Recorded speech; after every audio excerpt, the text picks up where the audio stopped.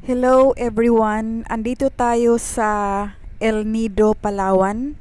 So itong sunrise na makikita natin, ito ang Efrena Beach Resort sa El Nido. So sa ngayon, dahil umaga siya, medyo low tide siya, pero sa gabi malalim yan. At makikita nyo itong beach na to, na tent, bali dalawa ang accommodation. It's either tent or if not, yung hotel doon sa likod. Ang pinili ko ang tent for the experience.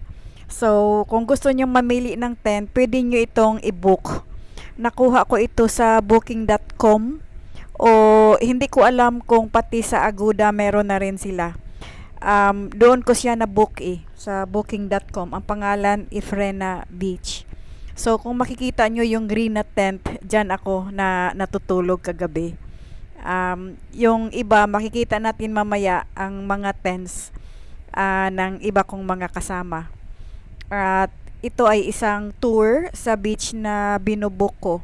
At by the way, itong El Nido, bago ka makarating dito, siyempre sakay ka muna ng plane. Ang baba mo, Puerto Princesa Airport.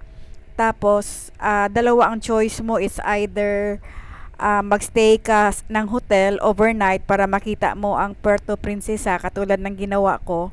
Tapos, mag-communicate ka na lang ng van or shuttle na mag-pick up sa'yo galing sa hotel papunta sa El Nido. Lexus shuttle. Huwag kayong bumitaw dahil sa huli ng video na to, may mga screenshots ako na sinali dito sa video para sa details kung paano kayo na mag-book ng shuttle. At saka pwede rin naman na from Puerto Princesa Airport, diretso ka na sa El Nido kung ayaw mong magstay overnight or how many days sa Puerto Princesa. Pwedeng diretso ka na sa El Nido. So, ihahatid ka ng shuttle. Ang pangalan ng shuttle na sinakyan ko dati, Lexus shuttle, shared van. Mga 700 siya per head. Tapos, ibaba ka sa Corong, El Nido Bus Terminal, Corong. Ang pangalan, ang lugar ng bus terminal sa El Nido. Pagkatapos mong makarating doon sa El Nido Bus Terminal para makarating dito sa Efrena Beach Resort, ka na naman, sasakay ka ng tricycle pero pakyawan. Babayad ka ng 500 to 700. So, gumastos talaga ako para lang sa experience na makahiga ng tent. Pero yung iba, nag-book sila ng mga hotel doon lang din sa El Nido, malapit sa El Nido Terminal, mismo sa town ng El Nido. Pwede namang doon lang din ng mga hotel ang piliin mo. Ito kasing Efrena, medyo malayo to. Pinili ko lang siya para lang ma-experience ba. So, house tour ito ng accommodation ng Efrena. Makikita nyo dyan ang kainan. So, lalakad tayo dyan para makita nyo rin. Pagkatapos, i-share ko rin sa inyo kung ano ang mga activities na ma-enjoy nyo sa El Nido, Palawan. By the way, kung ano man ang mga hotel na i-book nyo, kahit hindi Efrena, doon mismo sa town lang ng El Nido, diretso na lang kayo sa counter tapos magtanong kayo kung magkano ang bayad sa mga activities. Dahil ang mag-tour sa inyo sa mga activities sa mga beaches ng El Nido, pupunta mismo sa hotel ninyo kung magbo-book kayo, ha? So, sa ngayon, i-explain ko sa iyo ang mga activities na ma-enjoy nyo sa El Nido. At the same time, tingnan nyo na rin itong tour na ginagawa ko sa accommodation na tinitirhan ko for 3 days.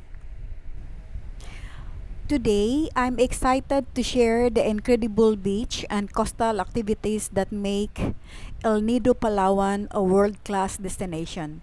Nestled in the Philippines, El Nido is renowned for its dramatic limestone cliffs, crystal clear turquoise waters, and pristine white sand beaches. The absolute highlight of any trip here is island hopping.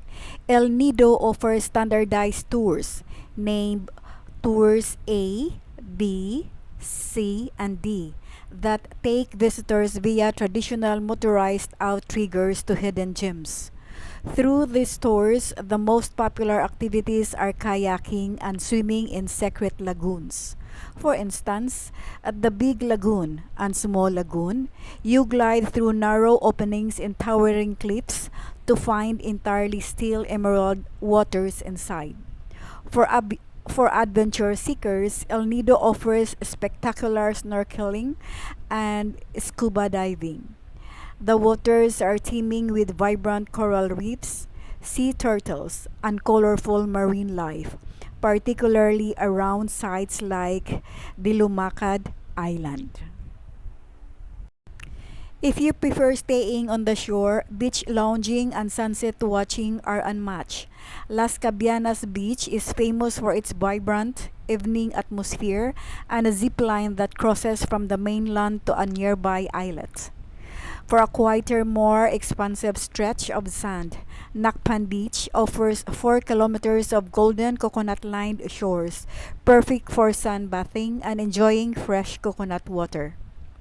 Finally, for the truly adventurous, cliff climbing and canopy walks up Mountain Tarao provide a breathtaking bird's eye view of the entire Baki Bay and its scattered islands. I hope you enjoyed the videos and information that I had shared with you. It will be your future reference once you have plans to visit El Nido.